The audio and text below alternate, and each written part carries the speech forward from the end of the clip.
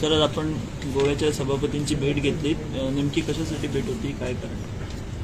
सर्वप्रथम तुमच्या सगळ्यांच्या माध्यमातून हांव माझ्या गोंयकार मोगाच्या भयणींक भावांक दिवाळीच्या शुभेच्छा दिता आणि इथे गोव्याचा दौरा करत असताना सन्मान्य सभापती साहेबांची भेट घेऊन त्यांनाही दिवाळीच्या शुभेच्छा देऊ.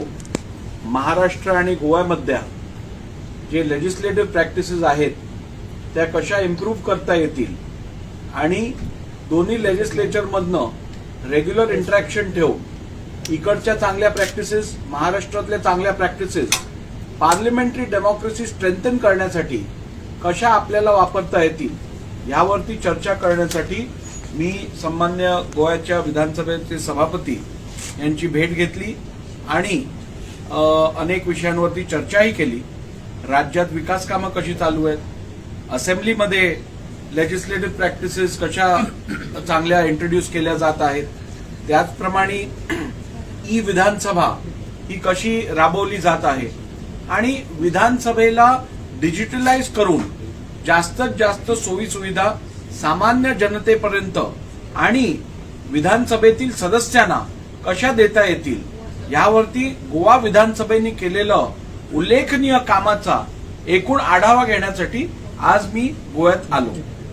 सर, अशावेळी महाराष्ट्र विधानसभेचे अध्यक्षपद मिळालेलं आहे की जम्बलिंग परिस्थिती होती, एक गोवेकर म्हणून ही परिस्थिती हाताळताना कसं बघताय? यापूर्वी जेव्हा मी गोव्यात आलो, जेव्हा माझा सत्कार अनेक ठिकाणी झाला, त्यावेळी मी सांगितलं आई शांतादुर्गेच्या सप्तकोटेश्वरीच्या आशीर्वादानेच आपल्याला ही संधी उपलब्ध झाली आहे.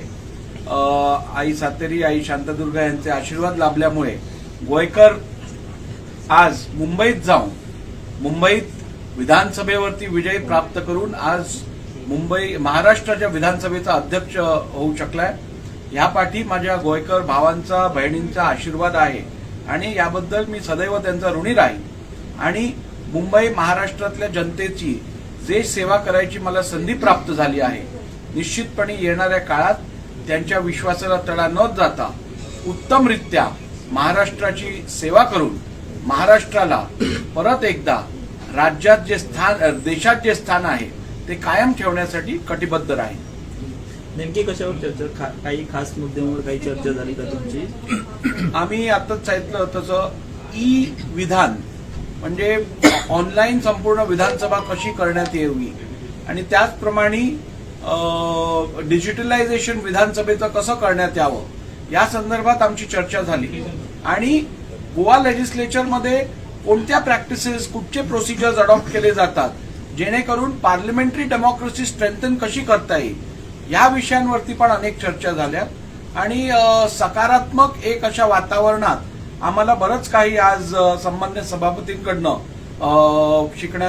शिकायची संधी प्राप्त झाली आणि निश्चितपणे त्यांनी दिलेले सल्ले जे असतील, त्यांनी दिलेली माहिती जी असेल त्याचा वापर करून महाराष्ट्र विधानसभेला अजून कसं काय जनहितासाठी तयार करता येईल, जास्त जनप्रतिनिधींना कशा जनसेवेसाठी सुविधा देण्यात येतील यावरती आम्ही भर टाकू.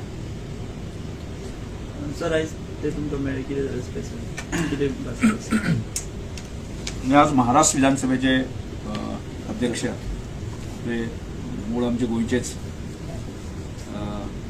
नार्वेकर साहेब आमचे गोंयांक आयले. गोंयचे विधानसभेक म्हाकाय तांकां मेळपाची खूब दिसांची इच्छा आशिल्ली.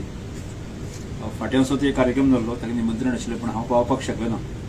पण आज योगायोग आयलो आणि ते विशेष करून दिवाळीचे शुभेच्छा आणि आमचे गोवा विधानसभेचे कामकाज कशें चल्लां त्या संदर्भात म्हायती घेवपाक आयिल्ले आणि एक बरे तरेचो सुसंवाद सादपाचो प्रयत्न जालो. म्हाका दिसता तांचो नेचर जो पळयलो जर जायत जाल्यार हांव जेन्ना विधानसभेचो पयल्याच फावटी जेन्ना अध्यक्ष जालो म्हाका दिसतालें की सत्र सादारणशे एक गोंयांक 25 ते 30 दीस चलता.